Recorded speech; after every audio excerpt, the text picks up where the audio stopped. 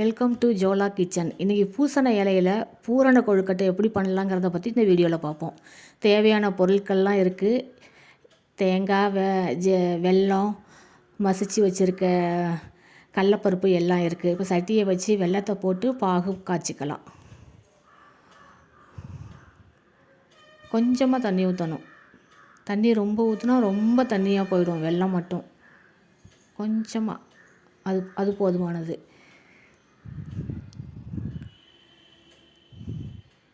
நல்லா பாகு காய்ச்சிக்கணும்.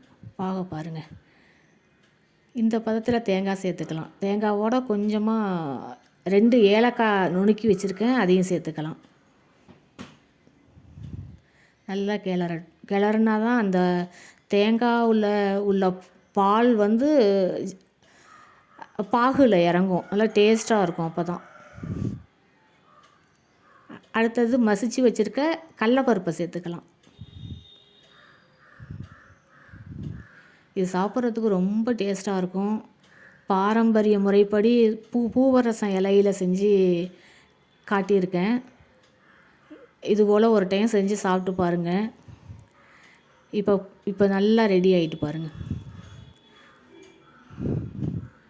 இப்போ கொழுக்கட்டை மாவில் வெந்நீரில் உப்பு போட்டு வச்சுருக்கேன். கல் உப்பு தேவையான அளவு ஊற்றி கிளறிக்கலாம். கிளறி சப்பாத்தி மாவு பதத்துக்கு பிசைஞ்சு வச்சுக்கலாம்.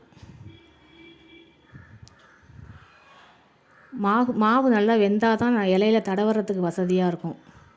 இப்போ நெய் வச்சுருக்கேன். மாவு பிசைஞ்சாச்சு. பூரணமும் வச்சாச்சு. பூவரசம் இலையை கழுவி வச்சுருக்கேன், அதில் தட்டிக்கலாம். மாவு தேவையான அளவு எடுத்து வச்சு கொஞ்சோண்டு நெய்யை கையில் தடவிக்கிட்டு, இல்லைனா கையில் மாவு ஒட்டும். நல்லா வெந்துருச்சுன்னா ஒட்டாது. இருந்தாலும் நெய் சேர்த்து தட்டும்போது கொஞ்சம் நல்லா டேஸ்ட்டாக இருக்கும். அந்த பாகோட இந்த பூரணத்தோட அந்த நெய் வாசம் நல்லாயிருக்கும். அதுக்காக கொஞ்சம் நெய் சேர்த்து தட்டினோம்னா நல்லாயிருக்கும். கையிலையும் ஒட்டாது, வாசமாகவும் இருக்கும், டேஸ்ட்டாகவும் இருக்கும்.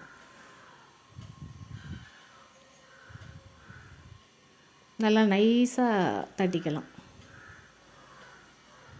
தட்டிக்கிட்டு தேவையான அளவு பூரணம் நடுவில் நீல வாக்கில் வச்சு மடிச்சிட வேண்டியது தான்.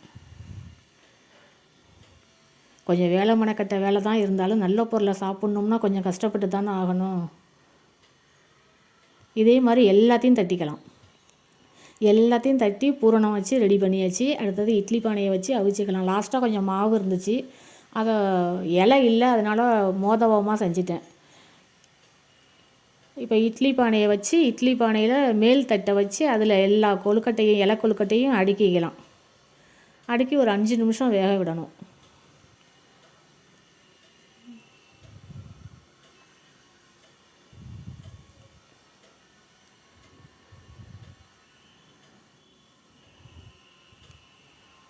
இது சூப்பராக இருக்கும். சாப்பிட்றதுக்கு அருமையாக இருக்கும். இது மறுநாள் சாப்பிட்டா அதை விட இன்னும் சூப்பராக இருக்கும். சூடாக சாப்பிடும்போது சூப்பராக இருக்கும். சூடாக செஞ்சு இது மாதிரி சாப்பிடணும்.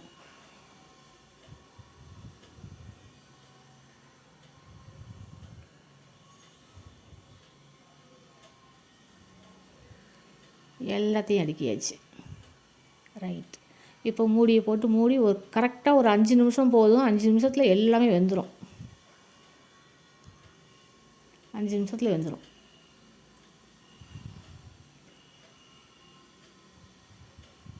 இப்போ எடுத்து பார்ப்போம். வெந்துருச்சு. ஆவி பறக்குது பாருங்கள். நாட்டு பலகாரம் இப்படி தான் செஞ்சு சாப்பிடணும். எவ்வளோ கடையில் வாங்கி சாப்பிட்டாலும் இது மாதிரி வீட்டில் செஞ்சு சாப்பிட்றதுக்கு ஈடாகாது. இப்போ ஒன்று செக் பண்ணி பார்ப்போம், பிரித்து பார்ப்போம்.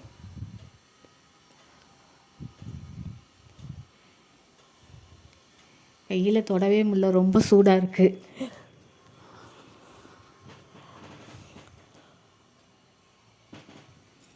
ஒரு ஸ்பூனை வச்சு வெட்டி உள்ள பூரணம் எப்படி வெந்திருக்குங்கிறத பார்ப்போம்.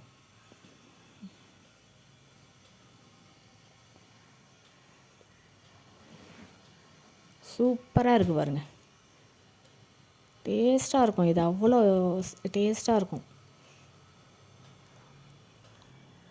இப்போ இப்போ தட்டில் எல்லாத்தையும் எடுத்து வச்சுக்கலாம். இது மாதிரி செஞ்சு சாப்பிடுங்க. லைக் பண்ணுங்கள், ஷேர் பண்ணுங்கள், சப்ஸ்கிரைப் பண்ணுங்கள். இது மாதிரி செஞ்சு சாப்பிட்டு